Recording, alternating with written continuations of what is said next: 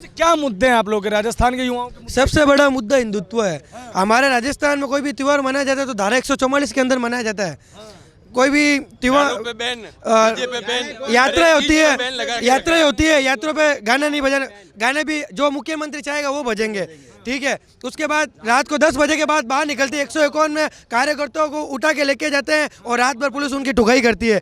तो ये इनको हम वोट क्यों दें, इनकी सरकार हम क्यों बनाए? जो एक विशेष धर्म के लिए कार्य करती है, ऐसी सरकार हमको राजस्थान में नहीं चाहिए।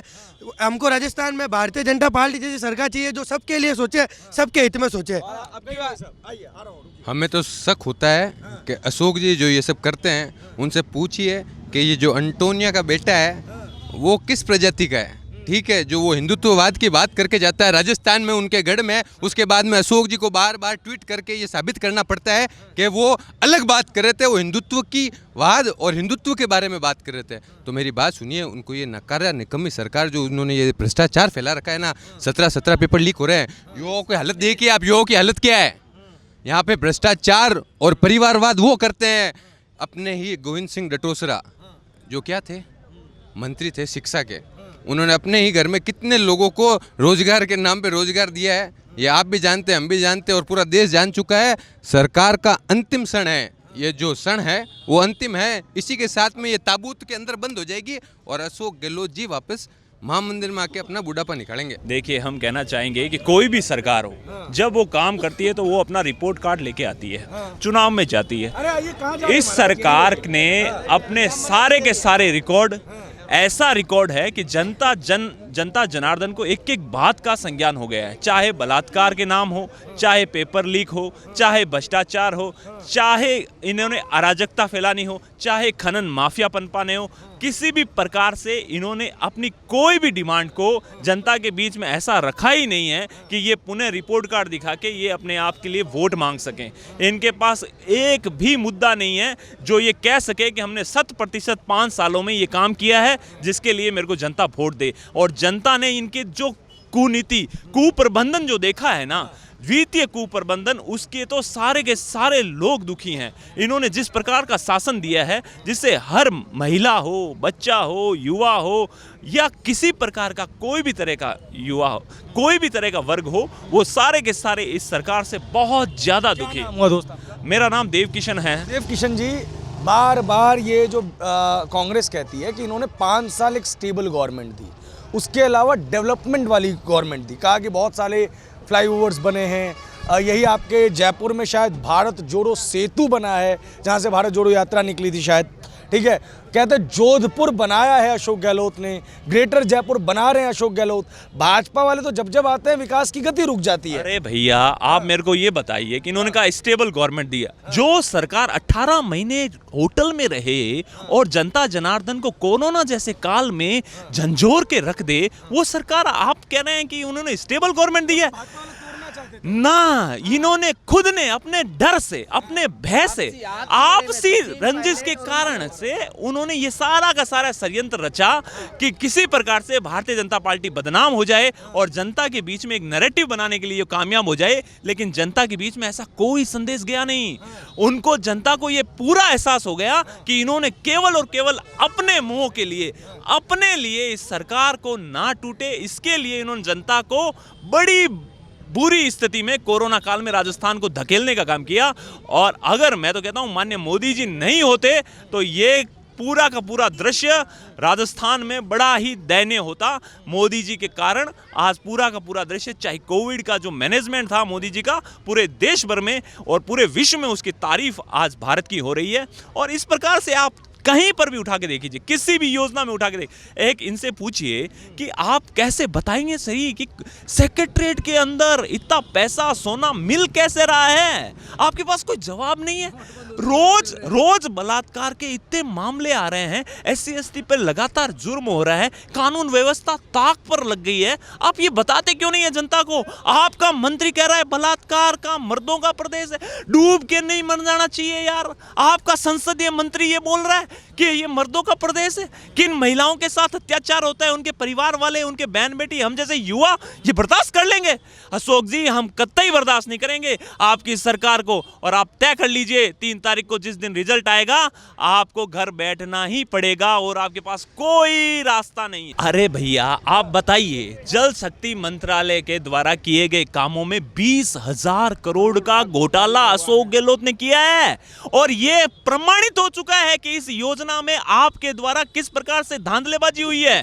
और उसके बाद आप जो ईआरसीपी की जो टेक्निकल चीजों के बारे में बात ही नहीं करना चाहते, जब कह रहा है कि मध्य प्रदेश के साथ आपका जो एमओयू होना है, इतने 1,000 करोड़ की जो डिमांड है वो सब कुछ फिलअप करने के लिए तैयार है, लेकिन आप अड़ंगा बढ़ाने के लिए आपने इसमें राजनीति की झोंकने का काम किया है।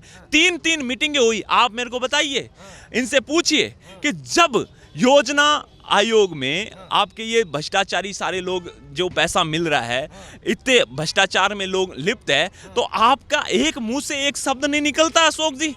आपने एक शब्द नहीं बोलते कि किस प्रकार से जब माननीय मोदी जी प्रधानमंत्री के नाते मुख्यमंत्रियों को बुला के जब वित्तीय स्थिति की बैठक लेते हैं तो आप अपसेंट हो जाते हैं। आप राजस्थान की चिंता किए बिना, जब मई के अंदर बैठक थी 28 मई को, मेरे को दिन आज भी याद है, राजस्थान के गहलोत जी मुख्यमंत्री के नाते वहां जाना था उस बैठक में, वो नहीं पहुंचे। क्यों नहीं पहुंचे? क्योंकि उनको पता था कि ये सारा का सारा राजनीतिकरण उनके विरुद्ध जा रहा है। उनको पता है मेरी पोल बुल रही है, क्योंकि कुप्रबंधन के नाम पे उन्होंने अपनी वित्तीय जो भी स्वीकृतियां थी योजनाओं की, उन्होंने तहस नहस कर रखी है।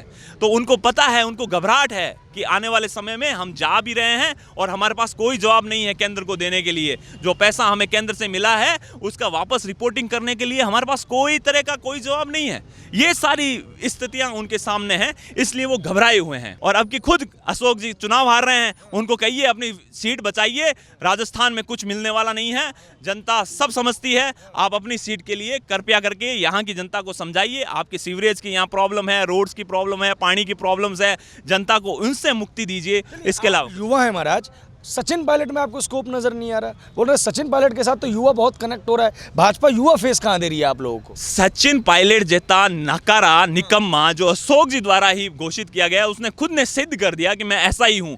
जिसने खुद ने ये बात कही कि कांग्रेस के अंदर भ्रष्टाचार हैं, कांग्रेस के अंदर जितनी भी योजनाएं आई है उसमें कहीं ना कहीं लूट हुई है, आरपीएससी के अंदर युवाओं विद्यार्थियों के साथ चोट हुई है, वही सचिन पायलट आज कांग्रेस के लिए वोट मांग रहा है। मतलब कि युवाओं का भरोसा सचिन पायलट से उठ चुका है।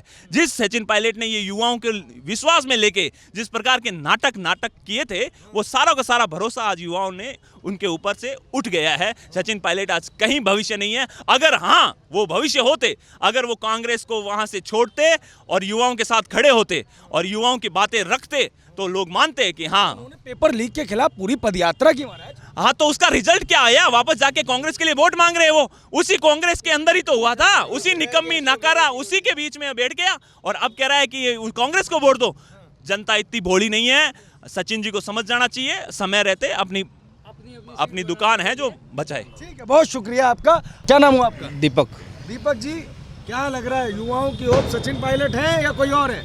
सचिन पायलट जी कहाँ से हो गए? हम तो हमारे कांग्रेस के हैं। वो तो हाँ, वो वही हैं जिन्होंने पेपर लीक करवाया और फिर उसी के खिलाफ पद यात्रा करते हैं। हाँ, अगर ऐसा होता तो भारतीय जनता पार्टी में आ जाते वो, या अपनी पार्टी बना के चुनाव लड़ते। अगर युवाओं के साथ है तो चुनाव लड़ते अलग पार्टी बना के। क्यों वो कांग्रेस से वापस दामन थाम रहे हैं और क्यों कांग्रेस से चुनाव लड़ रहे हैं वो? तो यहाँ तो ये सरदारपुरा के जो सरदार हैं अशोक गहलोत साहब, उनका गढ़ है ये, और गढ़ के अंदर इतना विरोध क्यों हो रहा है उनका? आप जाके देखिए सरदारपुरा की हर एक सड़क का हाल। सीवरेज डटे हुए पड़े हैं, गंदे पानी बह रहे हैं, रोडें टूटी हुई पड़ी हैं, युवा त्रस्त है, महिलाएं एक टाइम था जब महिला राजस्थान में आराम से निकलती थी 10 से 11 बजे। आज वो टाइम हो गया 7 बजते 8 बजते महिलाएं घर के अंदर घुस जाती है। युवा डरता है, बाहर जाएंगे, क्राइम हो रहा है। उनकी विधानसभा में देखिए कितना क्राइम हुआ है, मर्डर हो रहे हैं, खुलेआम लोगों के साथ मारपीट होती है, टांगे तोड़ दी जाती है लोगों की। आप कहाँ से युवाओं को विश्वास में लेंगे? कहाँ से महिलाओं को विश्वास में लेंगे? विरोध तो होगा ना, बलात्कार हो रहे हैं 19 महिलाओं के। विरोध तो होना ही है ना। लूटमार होती रहती है। करके बोले बड़ा अच्छा माहौल बना रखा है आप लोगों ने। आप तो बताइए, आप लोग एक चुनोगे? आप ऐसी सरकार चुनोगे जो प्रत्येक दिन 19 महिलाओं के साथ में दुष्कर्म करवाती है? आप अपने ऊपर लेके देखिए कि अगर बहन बेटियों के साथ में ऐसा होता रहा तो आने वाले आने वाले समय में राजस्थान का हाल क्या होगा? प्रत्येक घर में कोई भी बहन बेटी सुरक्षित नहीं बचेगी। आप क्या बात करते हो? आप बात करते हो बार बार कांग्रेस की कि वो शक्ति में किस प्रकार की शक्ति दर्शाना चाहते हो?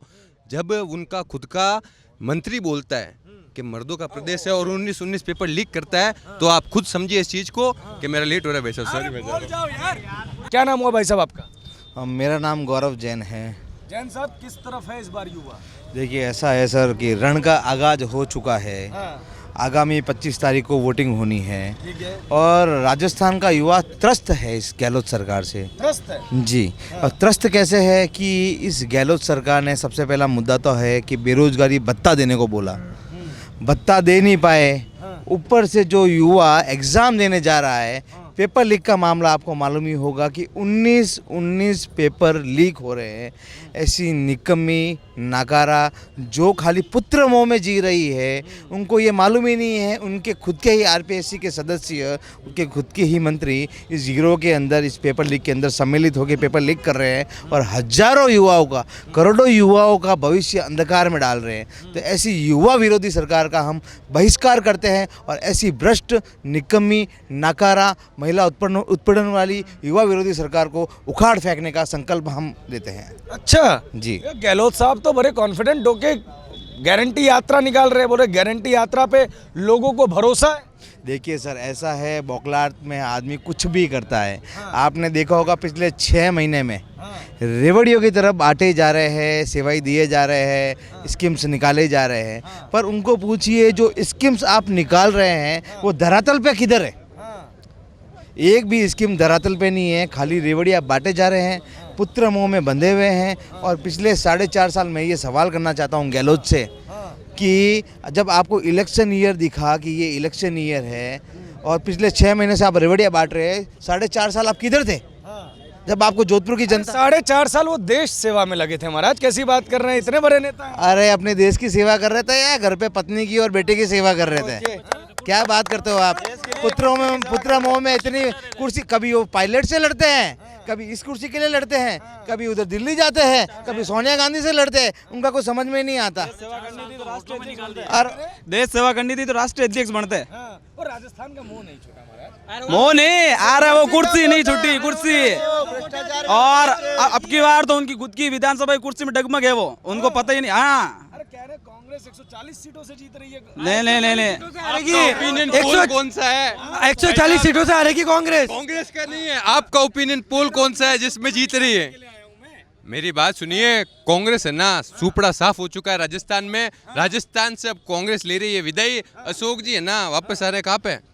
महामंदिर अपने घर हाँ, अपने घर में, और कहीं नहीं जाना है उनको। ठीक है, अब यहीं रहना है, यहीं पे मरना है और यहीं पे अपना व्यतीत जीवन करना है। जो बुढ़ापा है ना वो यहीं पे निकालेंगे। जो पुत्र मोह है ना, उसने उनका है ना अंतिम संस्कार कर दिया इस सरकार के साथ में। अच्छा, वो तो कहते हैं कि परिवारवाद यहाँ भाजपा में ज्यादा है, जैसे भैरव सिंह शेखावत के दामाद साहब को टिकट दे दी। जवाब मैं देता हूँ, आप मुझे एक जवाब बताइए। परिवारवाद की बात करते हो, नेहरू जी, उसके बाद में राजीव जी, इंदिरा जी के बाद राजीव जी के बाद सोनिया जी के बाद में राहुल गांधी, उसके बाद में उसकी बहन तैयार पड़ी है प्रियंका गांधी। तो सोचिए परिवारवाद किधर है? साला उस पप्पू को लेके बैठा दिया, उसको ABCD नहीं आती है, वो खुद को जी करके बात करता है। वो बोलता है मैं राहुल गांधी नहीं हूँ, ये बैठा हुआ दूसरा व्यक्ति है। तो सोचिए ऐसे व्यक्ति को प्रधानमंत्री बनाने की सोच रहे हैं, तो ऐसा देश का नेतृत्व हम युवा चाहेंगे क्या? ऐसा नेतृत्व हम बिल्कुल नहीं चाहेंगे, बिल्कुल नहीं चाहेंगे। कल के दिन बोलेगा भारत भी मेरा देश नहीं है, तो ऐसे पागलों को हम देश नहीं सौंप सकते।